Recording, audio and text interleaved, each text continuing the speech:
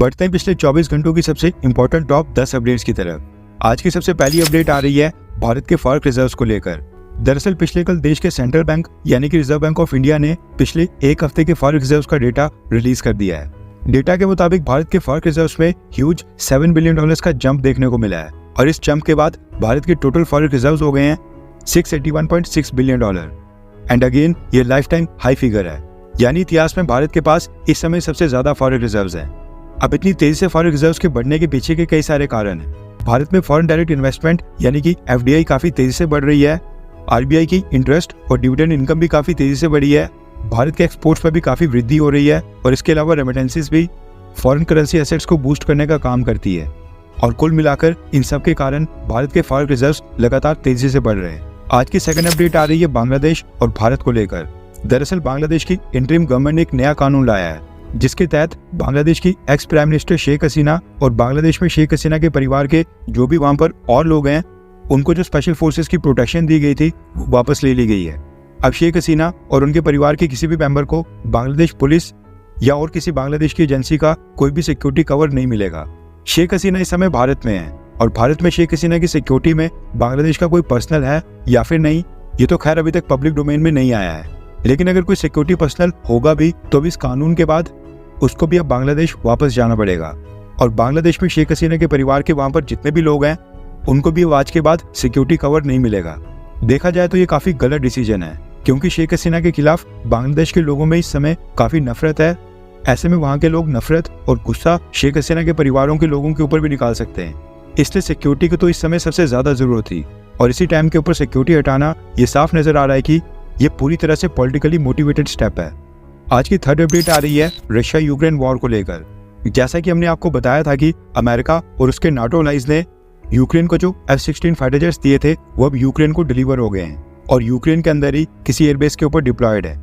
इन्हीं F-16 fighter jets को लेकर एक न्यूज निकल कर आ रही है जिसके मुताबिक यूक्रेन का एक F-16 fighter jet shot down हो गया है, यानी कि मार गिराया गया है। अब कुछ रिपोर्ट्स में क्लेम किया गया है कि रशिया ने इस F-16 को डाउन किया है, जबकि कुछ ऐसी भी न्यूज रिपोर्ट्स निकल कर आ रही हैं जिनमें बताया गया है कि यूक्रेन का ये F-16 फाइटर जेट यूक्रेन के अपने एयर डिफेंस सिस्टम ने गलती से हिट किया था। यूक्रेन के पास America made Patriot missile defence system भी है जो कि ग्राउंड के ऊपर डिप्लॉयड है। रिपोर्ट्स निकल कर आ रही हैं कि इसी पेट्रियट मिसाइल डिफेंस सिस्टम की मिसाइल ने ही F-16 फाइटर जेट को शॉट डाउन किया है, ऐसा यूक्रेन का कहना है। इस घटना में पायलट की जान चली गई है।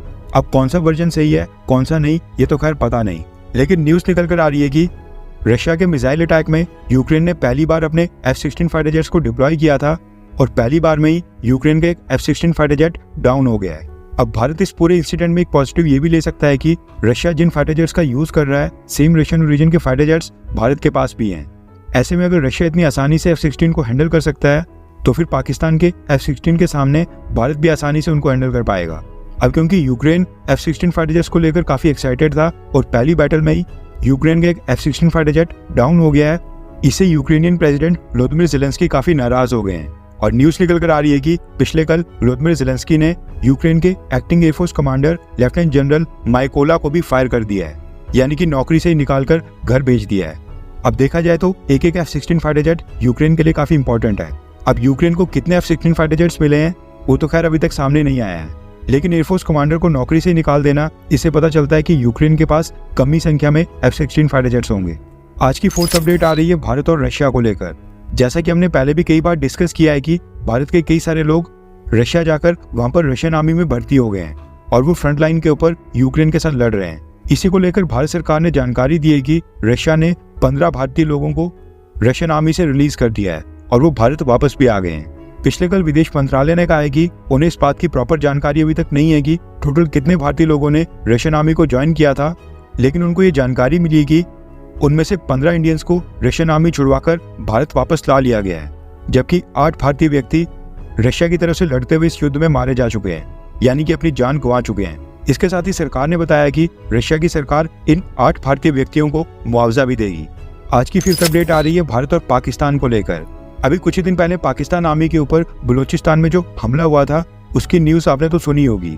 बलूचिस्तान लिबरेशन आर्मी ने तो खैर क्लेम किया था कि उन्होंने पाकिस्तान आर्मी के 100 से भी ज्यादा पर्सनल्स को मारा है, लेकिन कई सारे पाकिस्तान के मीडिया पोर्टल्स ने बताया है कि पाकिस्तान आर्मी के 50 के करीब पर्सनल्स इस हमले में मारे गए हैं। अब इस हमले का आरोप पाकिस्तान ने भारत और अफगानिस्तान के ऊपर लगाना स्टार्ट कर दिया है। पाकिस्तान की सिंध प्रोविंस के गवर्नर कमरान तेसूरी ने कहा है कि भारत की रॉ इंटेलिजेंस एजेंसी ने अफगानिस्तान में एक सेटअप तैयार किया हुआ है और पाकिस्तान आर्मी के ऊपर इन हमलों में 2 देश शामिल हैं, भारत और अफगानिस्तान।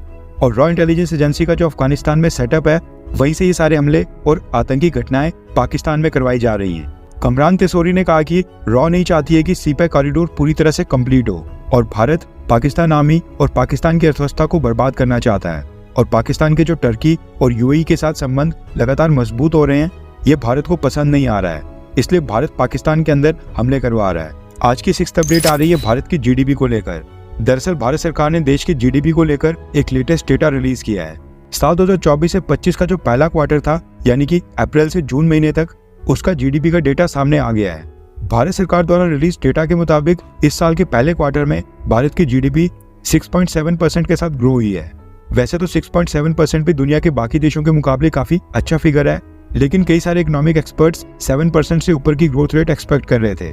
अगर इसको हम पिछले साल 2023 से 24 के साथ कंपेयर करें, यानी 2023 से 24 के पहले क्वार्टर के साथ कंपेयर करें, तो उस क्वार्टर में भारत की जीडीपी ग्रोथ रेट थी 7.8%, जिसका मतलब है कि पिछले साल सेम क्वार्टर के मुकाबले 1.1% की कमी आई है।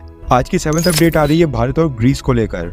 दरअसल भारत और ग्रीस के सैन्य संबंध अब नेक्स्ट लेवल के ऊपर चले गए हैं और ग्रीस ने इतिहास में पहली बार अपने 4 F-16 फाइटर जेट्स और 2 C-130 मिलिट्री ट्रांसपोर्ट एयरक्राफ्ट को भारत भेजा है। दरअसल भारत में इस समय तारंग शक्ति मिलिट्री एक्सरसाइज चल रही है और इस एक्सरसाइज का फेज 2 पिछले कल 30 अगस्त को स्टार्ट हुआ था, जो कि 14 सितंबर तक चलेगा।